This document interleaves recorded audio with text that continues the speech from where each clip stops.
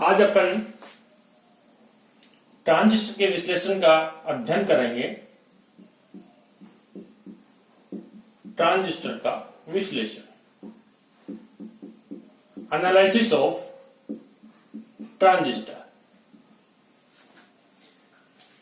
Transistor का विश्लेषण जो अपन कहें, इसको दो भागों में डिवाइड कर सकते हैं। एक अपने पास है डीसी एनालिसिस, डीसी विश्लेषण। एक अपने पास है एसी एनालिसिस। डीसी जो अपन कहेंगे अब्रेविएशन फॉर डायरेक्ट करंट की है, एसी जो कि क्या अब्रेविएशन फॉर अल्टरनेटिंग करंट की है। डीसी विश्लेषण का मतलब है कि ट्रांजिस्टर की ऑपरेशन मोड, प्रचालन विधा,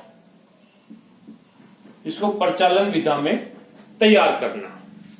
एसी एनालिसिस का मतलब अपने पास क्या है, वर्किंग मोड। उदाहरण के लिए अपन इसको समझ सकते हैं कि कोई ट्रांजिस्टर है या कोई मशीन है, मान लीजिएगा प्रिंटिंग मशीन है, तो पहले स्पेसिफिक मोड देके कि इसको इतना वोल्टेज दे, इतना करंट दे, उसको ऑन कंडीशन में लेकर के आए। किसी मशीन को जो अपन ऑपरेट करते हैं तो सबसे पहले उसको ऑन अवस्था में करते हैं, तो स्पेसिफिकेशन उसको वोल्टेज या करंट अपन प्रोवाइड कराते हैं।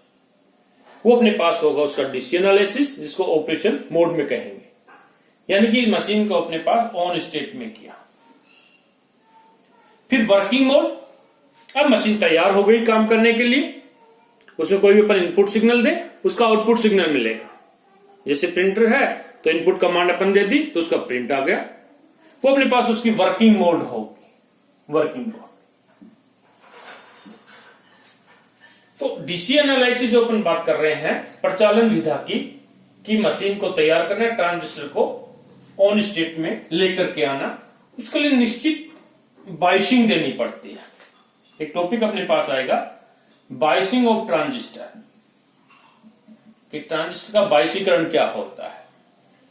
बाइसिंग का मतलब उस ट्रांजिस्टर को ऑपरेशन मोड में लेकर के आना। बाइसिंग के विभिन्न प्रकार की होती है, डिफरेंट वे होते हैं। जैसे मैं एग्जांपल के ले लो, फिक्स्ड बाइसिंग,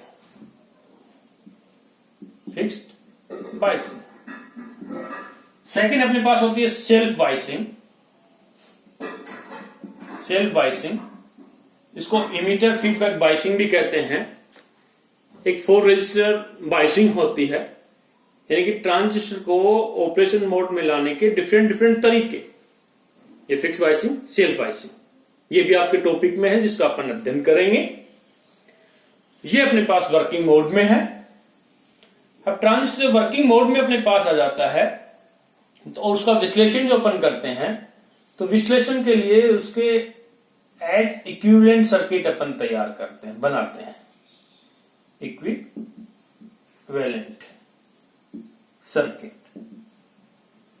एज तुल्य परिपथ। और एज तुल्य परिपथ बनाने के बाद अपन उसके इनपुट कैरेक्टरिस्टिक्स निकालते हैं। इनपुट रेजिस्टेंस, आउटपुट रेजिस्टेंस, जिसको इंपीडेंस अपन कह सकते हैं। Input impedance, output impedance, voltage gain, current gain, जो भी रिक्वायर्ड अपने को होते हैं पैरामीटर, उसको अपन निकालते हैं। तो आज अपन इसका एसी एनालिसिस में हाइब्रिड पैरामीटर के द्वारा ट्रांजिस्टर का विश्लेषण कैसे करेंगे वो अपन देखते हैं।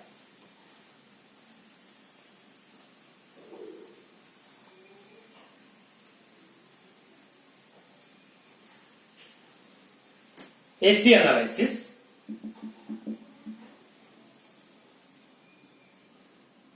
एसी विश्लेषण।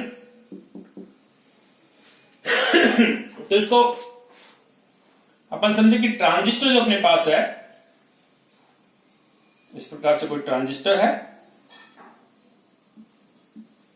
कोई सर्किट में जुड़ा हुआ है, अपन मान लें इस प्रकार से। इसके इक्विवेलेंट एज तुल्य परिपथ क्या होगा, ये अपन कहें कि इनपुट सिग्नल्स है, यहां पर इनपुट, और यहां पर अपने पास है आउटपुट सिग्नल। सिंपल अपन कहें कि चतुर टर्मिनल जाल है,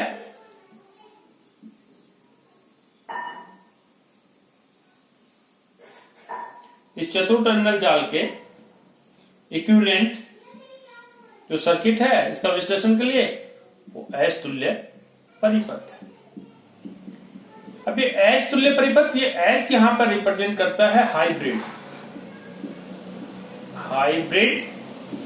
पैरामीटर। अब ये हाइब्रिड पैरामीटर या एच पैरामीटर जिसको अपन कहें, इसका अध्ययन अपन कर चुके हैं पहले लेसन में। Z parameter, Y parameter, H parameter, वहां पे मैंने आपको बताया था कि एच पैरामीटर जो है वो आगे काम में आएंगे एच इक्विवेलेंट सर्किट बनाने के लिए।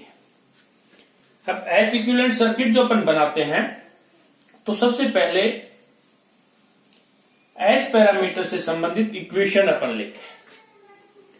एच पैरामीटर से संबंधित जो इक्वेशन अपने पास है, आपको मालूम है कि V1 is equal to H11 I1 plus H12 V2 and I2 is equal to H21 I1 plus H22 V2। ये इक्वेशन आपको याद होगी जब अपन ने एच पैरामीटर पढ़े, तब ये इक्वेशन अपने पास आई थी। यहां पर I1 and V1 input current, input voltage, and I2 और V2 output current and output voltage. H11, H12, H21, H22 क्या है ये भी मैंने आपको बताया था। यहां पर H11 को मैं लिखूंगा HI, पहले HI लिखा था। अब इस ट्रांजिस्टर के अकॉर्डिंग कि ये कॉमन इमीटर कॉन्फ़िगरेशन में आपको मालूम है, तो यहां पे सिंबल लगाते हैं HI स्मॉल e। H12 को मैं लिख रहा हूं HR, हर क्योंकि रिवर्स अपने पास क्या वोल्टेज गेन है, ये इनपुट आपको मालूम है, ये निवेशी प्रतिबाधा है HI, इसलिए I तो इनपुट को रिप्रेजेंट करता है। यहां पे लास्ट वाला जो वर्ड है E, ये रिप्रेजेंट करेगा कि ट्रांजिस्टर कौन से कॉमन मोड में है। तो यहां पे ट्रांजिस्टर उभयनिष्ठ उत्सर्जक विधा में है, तो इमीटर E लगा दिया। इसी प्रकार से यहां पे E लगा दिया। यहां S21 जो अपने पास है HF, जिसको फॉरवर्ड करंट गेन अपन कहते हैं, कॉमन इमीटर के कारण से यहां पे E लगा दिया। अगर बेस हो तो यहां पे बेस लगाएंगे, C कॉमन हो तो C लगाएंगे, और यहां पे S22 की जगह अपने पास आएगा HO, जो कि अपने पास क्या है प्रवेश्यता है, एडमिटेंस है। HO लिखते हैं, लेकिन कॉमन इमीटर होने के कारण से अपन ने E लगा दिया। तो सबसे इंपॉर्टेंट ये बात है कि E लगा दिया। अगर बेस अपने पास कॉमन हो, आप यहां पे देखिएगा, यहां पे इमीटर कॉमन कॉन्फ़िगरेशन मोड में है। अगर मान लीजिए बेस कॉमन कॉन्फ़िगरेशन में हो तो सभी जगह अपन क्या लगाएंगे B, small b, small b, small b and small b। अगर C हो तो अपन CC लगाएंगे। तो यहां पर तो अपने पास कॉमन E अपन लेके चले हैं, तो E अपन लगा सकते हैं, HI E, HR E, E and E। आप समझ गए होंगे कि अपने पास जो पैरामीटर्स के सिंबल हैं ये अपन ने यहां पे लगा दिया। इसके बारे में आप सभी जानते हो। जैसे पहले मैं H11 जिसको मैं HIE कह रहा हूं, ये मान लीजिए समीकरण नंबर 1 है और ये समीकरण नंबर 2 है। समीकरण 1 से H11 जिसको मैं HIE कह रहा हूं, ये अपने पास है V1 अपॉन I1 जब V2 इज इक्वल टू क्या हो 0। जब V2 इज इक्वल टू अपने पास 0 है, इसका मतलब निर्गम परिपथ V2 क्या है, निर्गत वोल्टेज है जो कि 0 है। इसका मतलब लघु पथित शॉर्ट सर्किट। ये तो था I जब 0 हो या V is equal to 0, V का मान जब 0 है, इसका मतलब आउटपुट सर्किट जब लघु पथित हो तब निवेशी परिपथ की प्रतिबाधा HIE, निवेशी परिपथ की प्रतिबाधा।